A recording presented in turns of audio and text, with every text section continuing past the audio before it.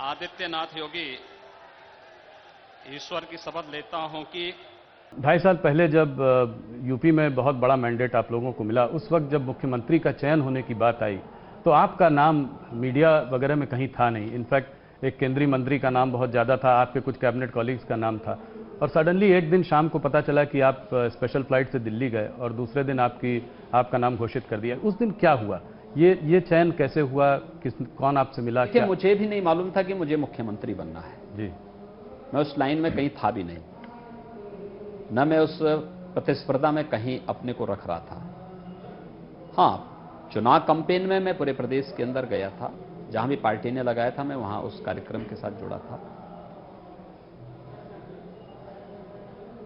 मुझे चुनाव के दौरान, उस समय विदेश मंत्री श्रीमती सुषमा स्वराज जी थी, तो उन्होंने चुनाव के दौरान मुझे फरवरी अंत में फोन किया, लगभग 25-26 फरवरी के आसपास फोन किया था उन्होंने कि Yogi ji, port of Louis में एक डेलीगेशन, पार्लियामेंट्री डेलीगेशन जा रहा है, आप उसमें चले जाइए। तो मैंने कहा, देखिए मेरी बहुत रुचि नहीं है, मैं चुनाव में लगा हूं और 6 मार्च तक चुनाव चल रहे हैं, तो 6 मार्च तक तो मुझे समय नहीं। उन्होंने कहा, नहीं 6 मार्च के बाद जाना है, आप अपनी सहमति दे देंगे तो हम आपको देना चाहते हैं और आप उसको लीड करिए। मैंने कहा 6 मार्च के बाद मैं खाली हो जाऊंगा, उसके बाद जा सकता हूं। तो चुनाव का काफी हम लोगों का बड़ा वो था, तो व्यक्ति भी ये चाहता था कि भाई चलो चुनाव के उससे हट करके अब बाहर चले जाएंगे। 6 तारीख को हमारा चुनाव संपन्न हुआ और 8 मार्च के आसपास मैं दिल्ली गया था। मेरा पासपोर्ट आदि पहले ही जा चुका था। 10 के आसपास मुझे बताया गया कि पीएमओ ने आपका पासपोर्ट वापस किया है और आपको नहीं जाना है।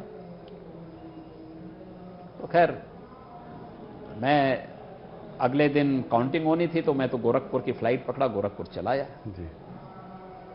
लेकिन सुषमा जी का फोन मेरे पास जरूर आया। उन्होंने कहा कि प्रधानमंत्री जी ने आपका वो वापस किया है और उनका कहना है कि कल इलेक्शन का काउंटिंग होना है यूपी का, उनका योगी जी का यहां रहना आवश्यक है और इसलिए जो है आप बाहर नहीं जाएंगे, आपकी जगह कोई दूसरा जाएगा। मैं आया, अगले दिन काउंटिंग हुई। काउंटिंग में भारतीय जनता पार्टी भारी बहुमत से चुनाव जीती। 13-14 में होली थी, तो मैं होली को गोरखपुर में रहा। होली के बाद मैं दिल्ली गया था।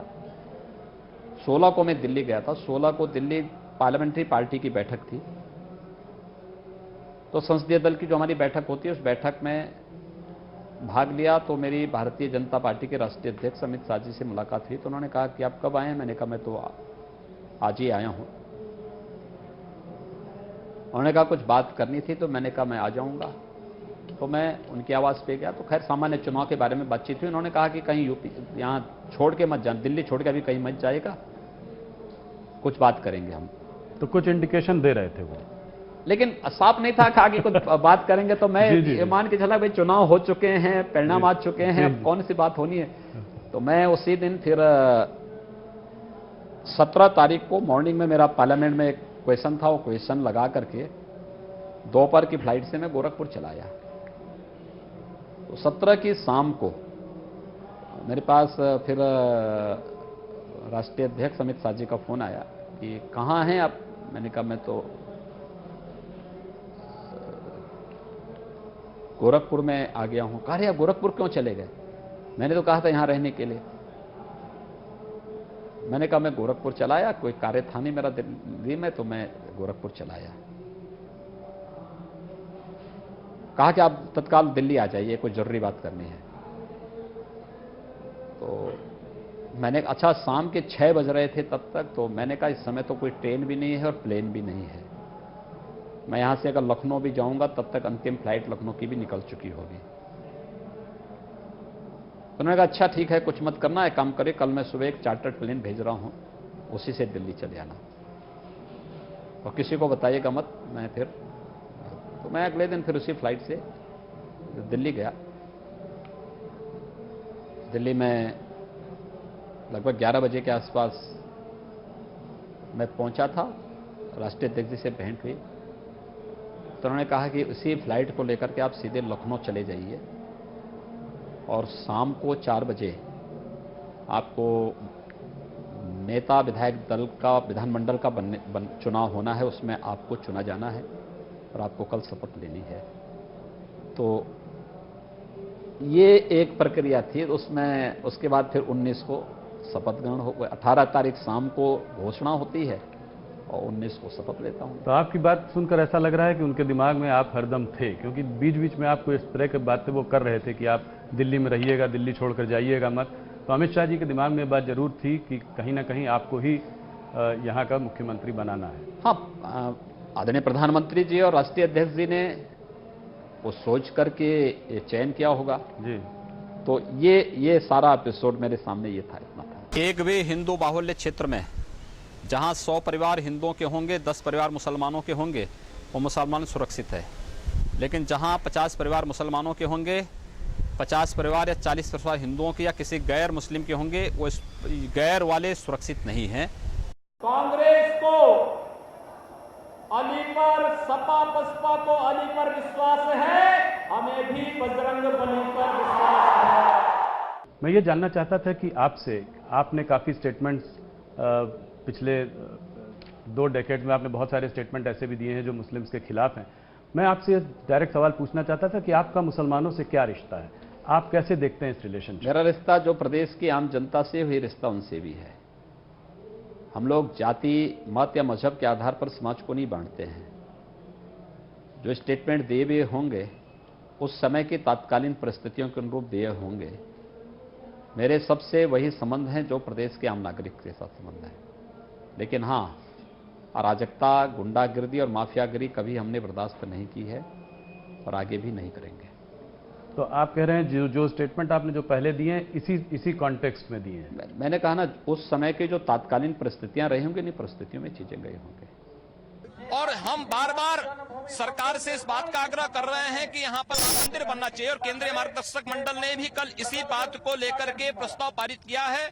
धर्म संसद भी इसी बात को कह रही है और हमारा मानना है कि अगर सीधी बात से कोई नहीं मानता है तो हमें 1 करोड़ लोगों के साथ देश की संसद को और दिल्ली का घेराव करना चाहिए और तब तक घेराव रखना चाहिए जब तक कि कोई प्रस्ताव पारित नहीं होता है। एक सवाल राम मंदिर पर, भारतीय जनता पार्टी हरदम कहती है मंदिर हम वहीं बनाएंगे, पर कोई तारीख नहीं दे पाती है। अभी ये मामला कोर्ट पर है।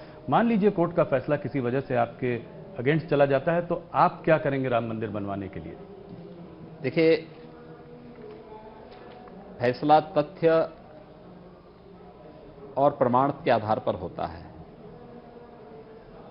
हम सब आशावादी हैं और इस बात पर हमारा विश्वास है कि न्यायालय जो फैसला करेगा, हम न्यायालय के फैसले को लागू करेंगे। हमने पहले भी न्यायालय के सभी फैसलों का सम्मान करके प्रभावी ढंग से इसको लागू किया, परिणाम देखे बगैर। अच्छा होता कि सर्वोच्च न्यायालय ने मध्यस्थता के बारे में जो एक समय दिया था, मुस्लिम पक्ष इस मामले में एक पहल करके सदियों से चले आ रहे एक मामले का पटाक्षेप करता और सौहार्द की एक नई मिसाल प्रस्तुत करता। दुर्भाग्य है ये नहीं हो पाया, होता भी नहीं, क्योंकि जब समस्या के समाधान के लिए लोगों के मन में एक सकारात्मक सोच हो तो वो कर पाएंगे।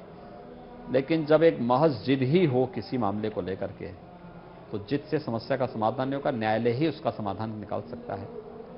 और डे टू डे की सुनवाई ने एक विश्वास जगाया है। तो आपको उम्मीद है कि जल्दी इस पर फैसला? आप मानते हैं कि अब इसको संजान तक पहुंचाना चाहिए जहां पे हमेशा के लिए इशू समाप्त हो।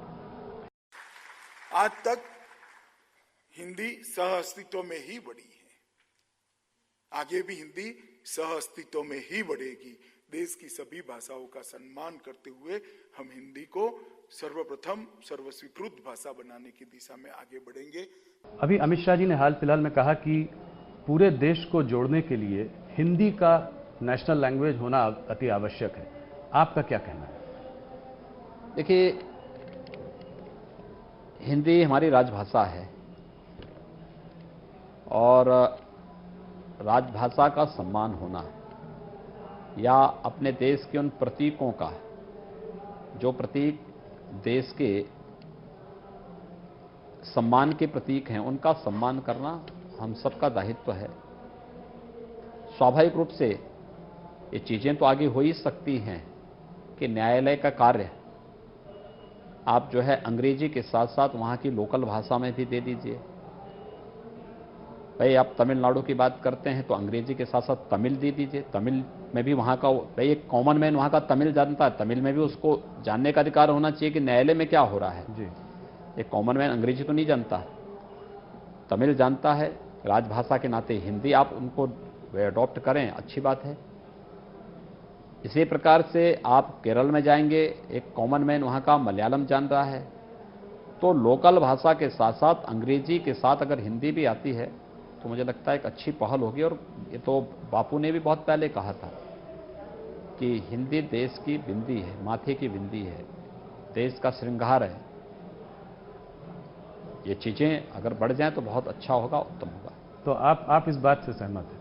एकदम सहमत है। एनआरसी अभी जो आसाम के अंदर है, आसाम एकॉर्ड का एक पार्ट है, मगर सबने सदन में राष्ट्रपति महोदय का भाषण सुना होगा और जिस घोषणा पत्र के आधार पर ये सरकार चुनकर आई है, वो घोषणा पत्र का भी हिस्सा है।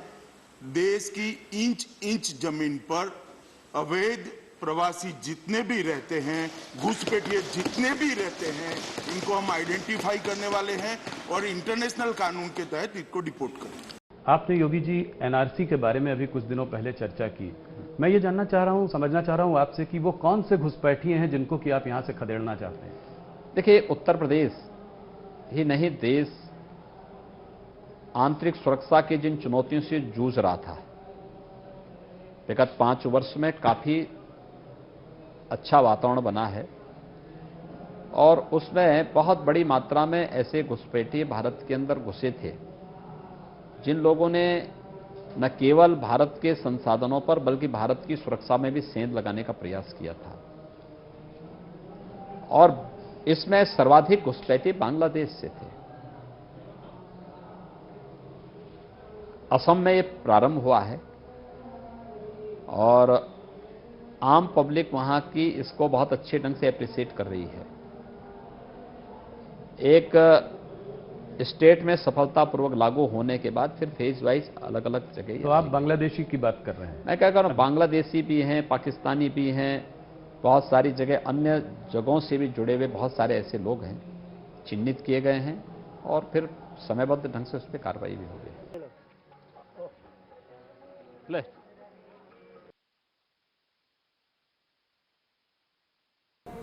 योगी को गोरखपुर पसंद है या लखनऊ? देखिए, गोरखपुर मेरा आध्यात्मिक और आध्यात्मिक भूमि के साथ साथ मेरी कर्म भूमि भी है। लखनऊ मेरे लिए सेवा का एक माध्यम है। पूरे प्रदेश की जनता की सेवा का सौभाग्य मुझे लखनऊ से प्राप्त हो रहा है। गोरखपुर से जो मैंने सेवा के एक प्रकल्प को गोरख स्पीड से आगे बढ़ाया था, एक सांसद के रूप में एक संसदीय क्षेत्र तक सीमित था, आज उसको प्रदेश की 80 लोकसभा सीटों पर प्रभावी ढंग से लागू करने में मुझे अवसर जो मिलता है वो मैंने लखनऊ से प्राप्त होता है।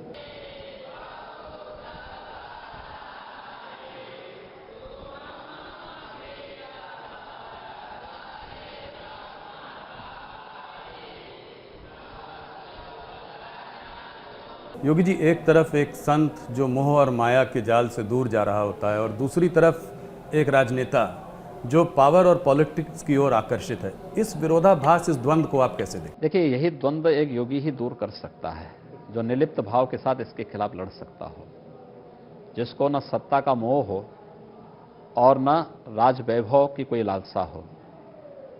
निर्लिप्त भाव के साथ इस पूरे अभियान के साथ जुड़ करके लेकिन अच्छा और अच्छा करने की गुंजाइश हर एक कार्य में होती है। उस और अच्छा को करने की दिशा में प्रयास, जहां पे कहीं थोड़ी भी अड़चन दिखती है तो प्रयास करता हूं कि इस मामले में प्रधानमंत्री जी का या फिर अमित शाह जी का मार्गदर्शन लूं कि आखिर कैसे ये चीज़ें हम अचीव कर सकते हैं, किसानों के लिए, नौजवानों के लिए, प्रदेश के किसी बड़ी योजना को लेकर के कैसे होना है। जैसे इन्वेस्टमेंट का यूपी आज इतना बड़ा सेंटर बन रहा है, तो मैंने इसके बारे में अमित शाह जी से पूछा, मैंने कहा कैसे हो सकता है। उन्होंने कहा लैंड बैंक बनाइए और पॉलिसी तैयार करिए, पिक एंड चूज बंद करिए, कतई बंद होना चाहिए, क्योंकि पिछली सरकारों ने पिक एंड चूज किया था, सब असफल हो गई थी। और उसका परिणाम रहा कि हम लोगों ने पॉलिसी बनाई, पॉलिसी बना करके लैंड बैंक बनाया, इंफ्रास्ट्रक्चर को स्ट्रेंथन किया और फिर उसके बाद इन्वेस्टर को आमंत्रित किया। अब तक हम लोग, जो हमारा पहला इन्वेस्टर समिट हुआ था, उसकी 40% MOU को धरातल पर उतारने में सफलता की ओर आगे बढ़ रहे हैं। मुझे लगता है किसी भी इन्वेस्टर समिट का इतना बड़ा जो प्रस्ताव हों वे क्रियान्वित हों, ये मुझे लगता है कि बहुत कम उदाहरण इस प्रकार के होंगे, लेकिन यूपी उस दिशा में आगे बढ़ रहा है। इसी प्रकार से कुंभ का है, प्रवासी भारतीय दिवस का है, या फिर इन्वेस्टर समिट को कैसे सफलतापूर्वक आगे बढ़ाना है, आदरणीय प्रधानमंत्री जी का मार्गदर्शन, उनकी प्रेरणा, एन्सेफेलाइटिस और अन्य संचारी रोगों के नियंत्रण करने के लिए स्वच्छ भारत मिशन जैसी योजनाएं। हमारे लिए जो चैलेंज था, चैलेंज क्या था कि 2.5 वर्ष में 2 करोड़ 60 लाख से अधिक शौचालय बनाने हैं। लोग भयभीत हो रहे थे, कैसे बनेगा, नहीं हो सकता है। हमने कहा भी हमारे लिए अवसर है, अवसर इस बात का कि देश के सामने हम बोल सकते हैं कि हम कर सकते हैं। एक दूसरा, इन रोगों से निजात दिलाने में हमें मदद मिल जाएगी। पूरी टीम लग गई, बन गए। हमारे प्रधानमंत्री आम खाते हैं? ये भी उसका क्वेश्चन है कि आम खाते हैं, और अगर खाते हैं तो क्या काट के खाते हैं या ऐसे गुठली के साथ खाते हैं? अक्षय कुमार ने एक बार प्रधानमंत्री जी से कहा था, क्या हमारे प्रधानमंत्री आम खाते हैं? इस तरह का सवाल मैं नहीं पूछूंगा, पर आपकी फेवरेट डिश क्या है? आप खाने में क्या पसंद करते हैं? देखिए, एकदम सात्विक सादा भोजन, जो भी मुझे मिल जाए, कोई पसंद नहीं करता हूं, कभी नहीं बोलता हूं कि क्या खाना है। समय हो गया, मुझे जो भी मिल जाता है मैं वो ले लेता हूं, लेकिन कोई पसंद नहीं करता। ये सब इन चीज़ों से बात तो करता हूं। एक योगी को हर महीने के आखिरी में एक तनख्वाह मिलती है, एक सैलरी मिलती है, उस सैलरी का आप क्या करते हैं? ज़्यादातर पैसा मेरा जो है किसी न किसी को देने में खर्च हो जाता है, लेकिन वो उद्घाटन नहीं कर पाता हूं, और न करना चाहिए, क्योंकि ये पैसा बहुत सारे ज़रूरतमंद होते हैं। आपने देखा होगा, जनता दर्शन के समय बहुत सारे लोग आते हैं, किसी को फीस की आवश्यकता है, किसी को किसी अन्य कार्य के लिए उपचार की आवश्यकता है, किसी को अन्य। अगर हम शासन के माध्यम से नहीं दे सकते हैं तो व्यक्तिगत स्तर पर दे सकते हैं, तो व्यक्तिगत रूप से फिर उन लोगों को मैं अपने स्तर पर सहयोग करता हूं।